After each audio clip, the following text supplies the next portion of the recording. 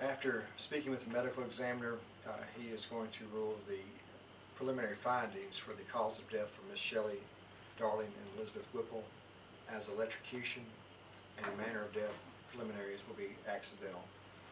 We are still awaiting a complete autopsy report, which would include toxicology and other testing that needs to be done. But at this time, as I said, he's going to rule both as accidental due to electrocution. We're still doing some investigation into how things happened. What lessons can we learn from this, if any, Kip, just on when it comes to electricity at docks and boat docks and that kind of thing? What kind of things that people can take away from this? Well, I think one thing we've learned since this event happened is there have been several instances throughout the state and nationwide where people have died as a result of improper wiring or faulty wiring related to docks and piers on bodies of water.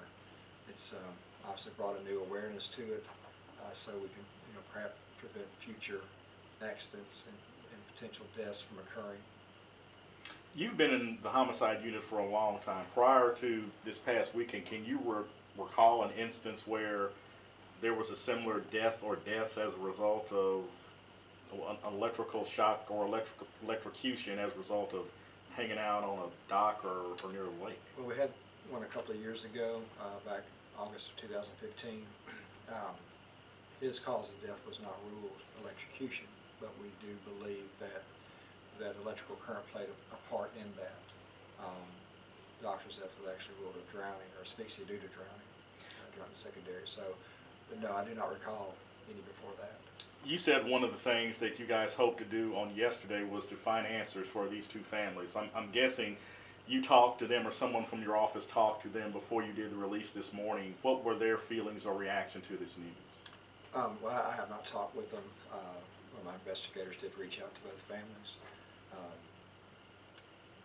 We had initial idea that this is what the cause was, and again, they're still like us trying to figure out exactly how it occurred.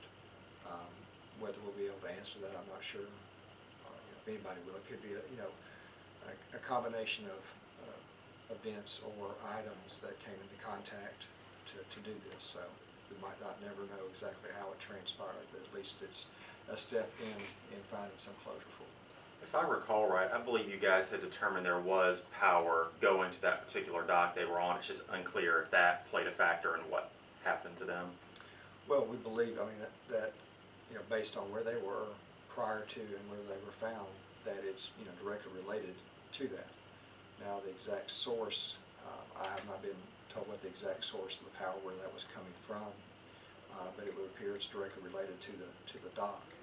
As I mentioned earlier, our police boat, as it was pulling up, one of the officers received an electrical shock as he made contact with the dock, and also the divers could notice an arcing between the police boat and the dock as they got close while they were in the water.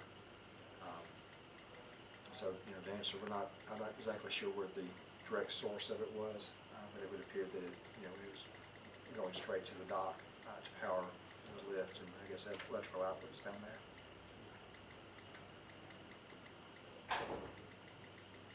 So they were shocked. They didn't get shocked and then drown, like we had talked about that electric shock drowning. It's my understanding that electrocution is the cause. Gotcha. He made no reference to any drowning or anything, I would say related to drowning, but that was what he told me, or told us, that he was going to list the cause of death as electrocution.